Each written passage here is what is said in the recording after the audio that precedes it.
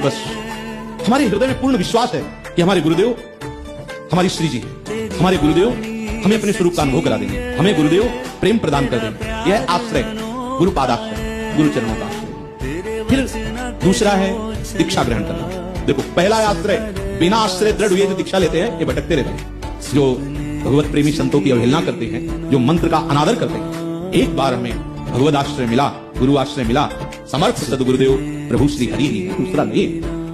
आप नहीं देख पा रहे हैं, सामने मनुष्य रूप में देख रहे हैं, तो जब ये मनुष्य शरीर नहीं था तो जो इस मनुष्य शरीर में संचलित हो रहा है वो तब भी था, और जब ये नहीं रहेगा वो तब भी रहेगा। वो कौन है? वो भगवान कह रहे मैं वही गुरुदेव, वो मैं ही गुरुदेव, जो स्वरूप का मैं है, अंताकरण का मैं नहीं। अंताकरण का मलिन मैं हमें फंसा दिया है नाना प्रकार के भोगों में, लेकिन भगवत स्वरूप निर्मल मैं, वो ब्रह्म स्वरूप है, श्री कृष्ण में है। पहले आश्रय, पहले मन को हम अपने गुरुदेव के चरणों में अर्पित कर दिए, अब दीक्षा लिया।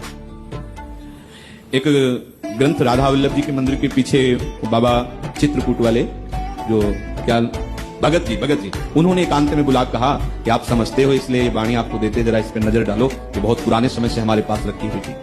तो उसके ऐसे ऊपर के पेज फटे हुए थे, कुछ ऐसे अक्षर दिखाई दे रहे, उसमें जो प्रसंग पढ़ा, कुछ ही मिनट के दर्शन करने जाने थे, उसमें प्रसंग पढ़ा कि उस गुरु को नरक की प्राप्ति होती है जो शिष्य को मंत्र दान करके और उसे अधूरा छोड़ दे, परम पद में ना आरूढ़ करे, तो उस गुरु को नरक की प्राप्ति होती है। और उस शिष्य की महान दुर्गति होती है जो गुरु का आश्रय लेकर उनके वचनों की अधीनता स्वीकार न करे। दोनों को शासन में ले लिया गया था। यदि गुरु देखता है कि शिष्य हमारी आज्ञा के विरुद्ध चलता है, तो समाज में खड़े होकर के उसे कह देना चाहिए कि आज से हम इसका त्याग करते हैं, तो गुरु उसके अपराध से मुक्त हो जाएगा, नहीं तो उसके सारे अपराधों को गुरु को भोगना पड़ेगा।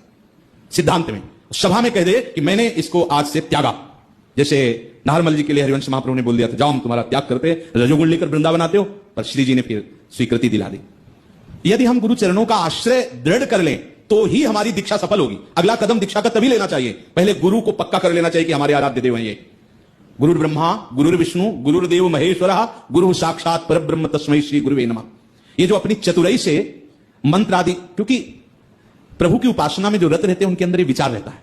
जैसे कोई आया, हमें मंत्र चाहिए, भजन करना है, तो क्या बड़ा मुश्किल है इस माया से निकल पाना, और ये आकांक्षा करता है, झूठ से ही सही पर भजन की बात करता है, भजन करना चाहता है, लो जाओ भजन करो, तुम्हारा मंगल हो, दशों दिशाओं में तुम्हें आनंद की प्राप्ति हो। ऐसे सरल, ऐसे महा अमोघ वस्तु को सहजता में प्रदान करने वाले गुरुदेव होते हैं, जो गुरुदेव का आंतरिक हृदय होता है। अब आपने सोचा मंत्र मिल गया, तो मंत्र ना तो प्रकाशित होगा और ना ही आपकी जिह्वा पर नृत्य करेगा। इसको देख लिया जाए। जो गुरु अपराधी है, गुरु अवज्ञा करने वाला है और गुरु का दृढ़ आश्रय नहीं लिए हुए है, उसकी जिह्वा पे मंत्र नहीं चल सकता। उसके हृदय में राग द्वेष की बाजार लग जाएगी, वो परेशान हो जाएगा। और गुरु आश्रित है तो पड़े रहो, सोते